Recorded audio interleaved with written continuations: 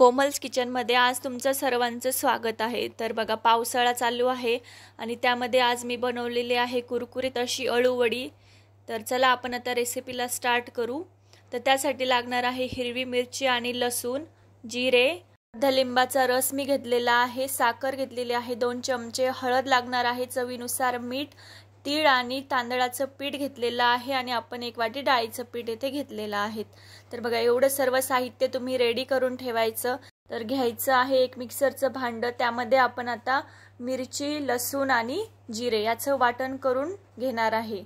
तर घ्यायचं आहे एक भांड, त्यानंतर त्यामध्ये डाळीचं पीठ ॲड करायचं, त्यानंतर तांदळाचं पीठ ॲड करायचं, त्यानंतर तीळ ॲड करून घ्यायचे, त्यानंतर साखर ॲड करून घ्यायची, त्यानंतर लिंबाचा रस ॲड करून घ्यायचा, त्यानंतर हळद ॲड करून घ्यायची, त्यानंतर चवीनुसार आपण मीठ ॲड करून घ्यायचं, त्यानंतर आपण जे मिरचीचं बारीक वाटण केलेलं आहे ते ॲड करून घ्यायचं।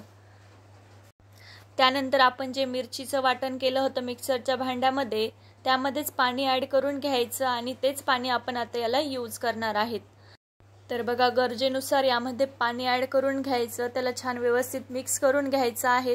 तर बघा अशा प्रकारे तुम्ही बॅटर इथे रेडी करून घ्यायचं आहे। त्यानंतर आपण आता बघा इथे स्वच्छ पाण्याने अळूचे पानं वॉश करून घेतलेले आहेत। तर बघा 2-4 पाण्याने छान अळूचे पानं वॉश करून घ्यायचे आहेत। त्यानंतर आपण एक मोठं ताट घेतलेलं आहे, त्यामध्ये अळूचं पान ठेवून घ्यायचं आणि त्याला आपण आता छान हे बॅटर लावून घेणार आहोत। तर बघा हे बॅटर सर्व साइडने व्यवस्थित लावून घ्यायचं।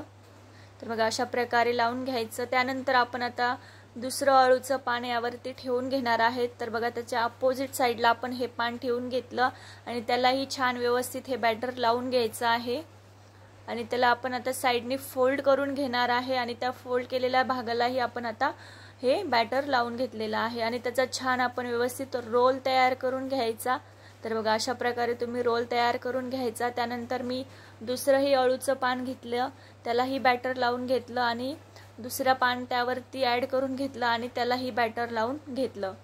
तर बघा अशा प्रकारे तुम्ही अळूची वडी बनवायची आहे। तर बघा बॅटरही सर्व बाजूने लावून घ्यायचं आणि मग त्यानंतरच त्याचा रोल छान बनवायचा। त्यानंतर मी घेतलेलं आहे एक मोठं पातेलं, तुम्ही ज्यामध्ये स्टीम करतात ते तुम्ही घ्यायचं आहे भांड। मी आता पातेलं घेतलेलं आहे, त्यामध्येच मी आता ह्या अळूवड्यांना स्टीम करून घेणार आहे।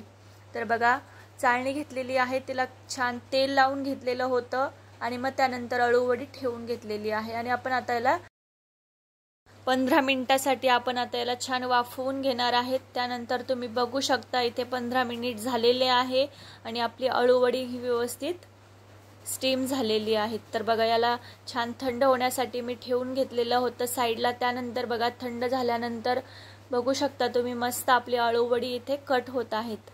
तर बघा अशा प्रकारे छान व्यवस्थित कट करून घ्यायची। तर अशा प्रकारे जर तुम्ही अळूची वडी बनवली तर खूप टेस्टी होते खायला। तर बघा इथे अशा प्रकारे मी अळूची वडी कट करून घेतलेली। तर इथे माझी अळूची वडी रेडी झालेली आहे। त्यानंतर आपण आता यांना छान तळून घेणार आहेत। तर बघा घेतलेली आहे मी एक कढाई, कढाईमध्ये तेल गरम करून घेतलं, त्यानंतर हळूहळू वड्या ॲड करून घेतल्या।